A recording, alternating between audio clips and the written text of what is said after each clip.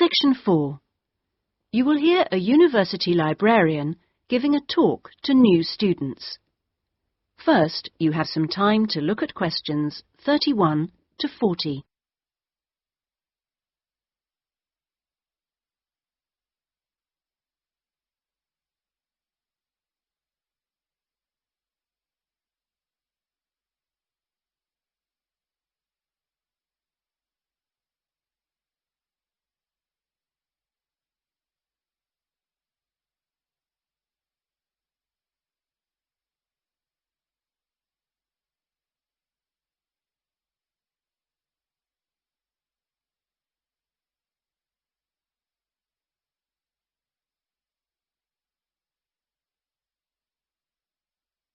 Now listen carefully and answer questions 31 to 40. Okay, are you all settled? Well, first of all, welcome to Cardiff University. I'm here to explain what we can offer you. Now, as a new student at the university, you will probably need some sort of guidance to help you to use the library effectively to study and research. Some of you have asked about a guided tour, but we find this rather muddles people.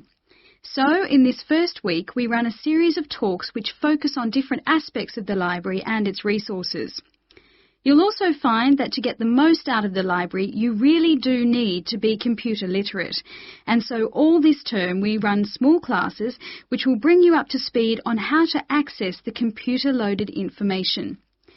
Okay, now let me give you an outline of what's available to you.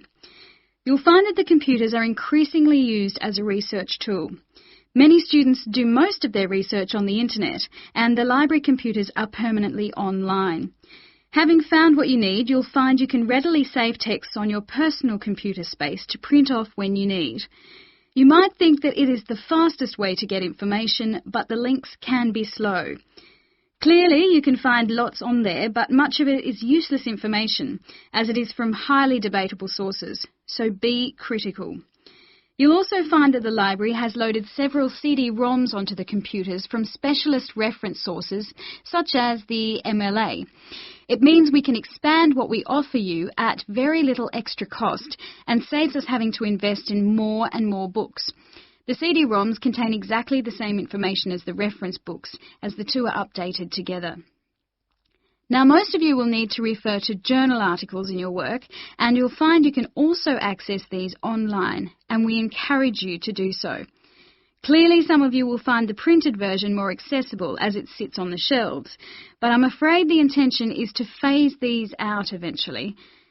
However, you will still be able to print off a version of the text rather than photocopying the journal pages. So you must get used to working online. Naturally, we do still have the full range of classic reference books, additional to the CD-ROMs for you to use, and there are several copies of each one. This is because some of you may prefer to borrow a book rather than sit in the library. There is a restricted loan time on these, so that they are not missing from the shelves for too long. Although there is a section manager for each part of the library, they are very busy, and so if you do get stuck looking for things, you should ask the relevant cataloguing assistant. As your training supervisor, I just oversee your induction and will not be around after this initial week.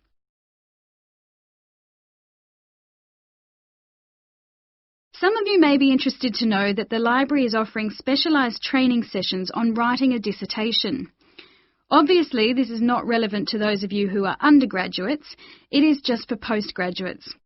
Your department will discuss the planning stage of the dissertation, i.e. what you're going to do with you, and we will focus on the structure of it. However, the training will also include some time on the computers. I realise most of you know how to organise files, but we can show you the different ways to run data programs. Your tutors will tell you at the outset how to set out the chapters they require, but you will need to ask them how they would like you to organise the bibliography, because it varies depending on your subject area. When you've got something together, the trainer here will look through the draft version for you to see if it's okay. And one final point, for those of you who have registered from abroad, we can offer individual sessions on dissertations if you feel you need them. If you require language lessons, then they are available from the International Centre next to the Law Department. That is the end of section 4. You now have half a minute to check your answers.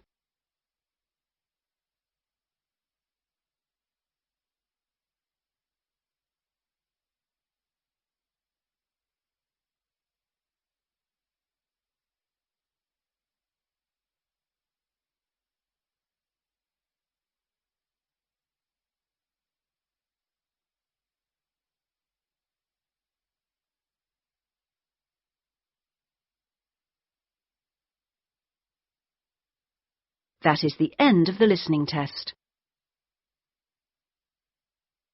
In the IELTS test, you would now have 10 minutes to transfer your answers to the listening answer sheet.